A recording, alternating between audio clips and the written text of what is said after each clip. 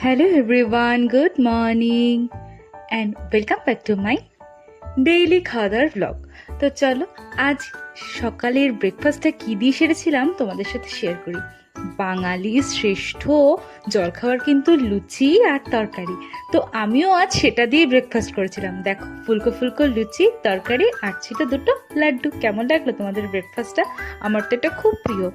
তার চলো তবে এবার দুপুরে খাওয়া দাওয়াটা শেয়ার করা যাক। ছিল সাদা ভাত, সঙ্গে ছিল আলু কুমড়ো দিয়ে একটা নিরামিষ তরকারি, তার সঙ্গে একটু স্পেশাল ছিল এটা কি বলতো, কাতলা পোস্ত।